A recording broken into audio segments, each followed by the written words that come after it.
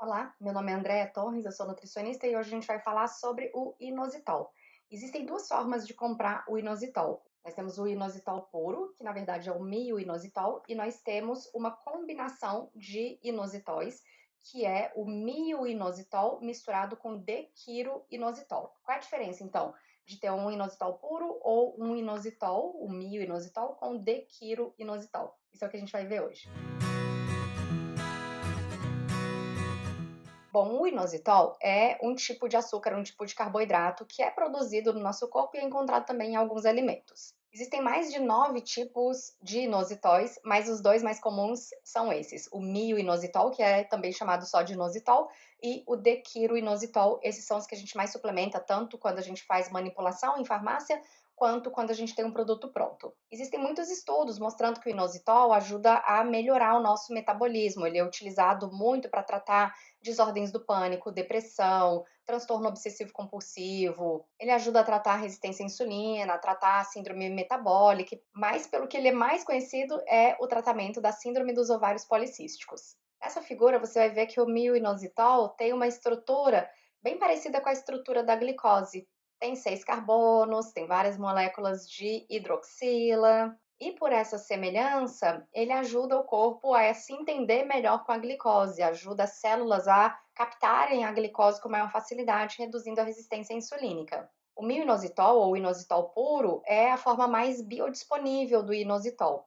E o dequiroinositol é um isômero, é uma molécula parecida que também está envolvida na sinalização da insulina, mas por mecanismos diferentes. Enquanto o mio-inositol está envolvida na ativação dos transportadores de glicose, o dequiroinositol está mais envolvido na síntese e no estoque do glicogênio, que é a forma como a gente guarda os açúcares no nosso corpo. Então, se você consumir pizza e tinha ali mais energia do que você precisava, essa glicose toda que foi absorvida vai ser unida uma juntinha da outra, formando o glicogênio que depois vai ser estocado. Porque essas moléculas começaram a ser estudadas em relação à síndrome dos ovários policísticos?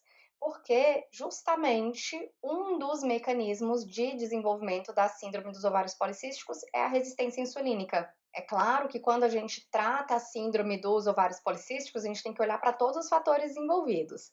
A resistência insulínica, os altos níveis de homocisteína muitas vezes também estão presentes, um hiperandrogenismo, um excesso de hormônios sexuais masculinos na mulher, e aí o inositol também aqui é ótimo para tratar isso, assim como é ótimo para tratar a resistência insulínica. Outra questão que está envolvida na síndrome dos ovários policísticos é o estresse oxidativo. Então, em relação à resistência insulínica, a gente tem aí uma série de compostos que podem ajudar.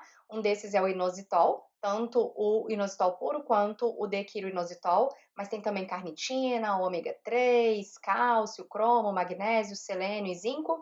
Quando a gente está falando de estresse oxidativo, a gente vai precisar de um outro conjunto de substâncias, como as vitaminas antioxidantes, vitamina E, vitamina C, vitamina A, os bioflavonoides, o selênio, o NAC, a melatonina. E para redução de testosterona nas mulheres, a gente tem o inositol, a carnitina, o ômega 3 e o NAC. E para controle de homocisteína, se isso for um problema, B6, B9, B12, às vezes colina. Então, a gente tem que olhar para a pessoa como um todo e ver o que está acontecendo. Mas se for resistência insulínica, uma das questões é usar, então, o mio-inositol. Até porque esse mio-inositol também melhora a sinalização de FSH lá nos ovários. Só que não de forma exagerada. Por exemplo, mulheres que vão fazer FIV, a fertilização in vitro, para tentar engravidar, elas também se beneficiam do uso do mio-inositol, porque o FSH é importante para estimular o folículo, mas também não pode haver uma hiperestimulação, e o mio-inositol ajuda a modular isso aí. Então, nos ovários, a gente vai ter cerca de 99% de inositol, principalmente dentro já das células, e 1% só de dequiroinositol. Tanto é que quando você vê um produto desse aqui, como esse aqui, que é uma mistura de mil-inositol com dequiroinositol, eles têm 90 gramas de mil-inositol e 10 gramas de dequiroinositol, isso em 100 gramas, e se for nas cápsulas que são recomendadas ao dia, seria uma quantidade muito maior de mil-inositol, 1,8, e de dequiroinositol, 0,2. para que fique mais ou menos nessa relação que a gente tem natural dentro do nosso organismo. Nas mulheres com ovário policístico, essa deficiência de inositol, ela vai causar uma redução nessa sinalização de FSH.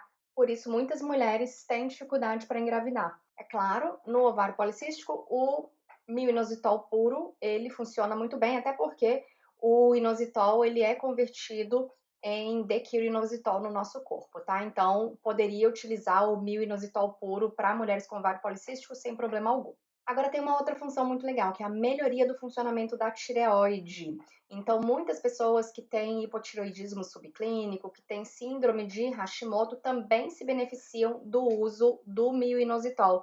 Esse mioinositol, ele é essencial para a produção na tireoide de peróxido de hidrogênio, um radical livre que vai ser fundamental para a produção dos hormônios da tireoide. Então, não é sempre que a gente também tem que se preocupar com o radical livre, tá? O radical livre desempenha suas funções no nosso organismo, de regulação da imunidade, para que a gente possa matar vírus e bactérias, mas também ele faz parte de algumas vias metabólicas normais do nosso corpo, como a própria produção dos hormônios da tireoide. Então, o mioinositol vai ajudar nessa síntese de H2O2 na tireoide para que a pessoa consiga produzir seus hormônios. É claro que a gente não quer também estresse oxidativo excessivo, porque isso pode prejudicar a tireoide. Então, é tudo na medida certa. E alguns tratamentos, inclusive, combinam o mioinositol com o selênio. O selênio é um antioxidante e o mioinositol vai estar apoiando aí a função normal da tireoide, principalmente nos pacientes justamente com hipotireoidismo subclínico ou hipotireoidismo de Hashimoto, doença de Hashimoto, que é a doença autoimune da tireoide. Claro, se você tem dúvidas sobre como melhorar a sua saúde em diversos níveis, se você precisa de ajuda, marque comigo uma consulta online, vou deixar um link abaixo para você.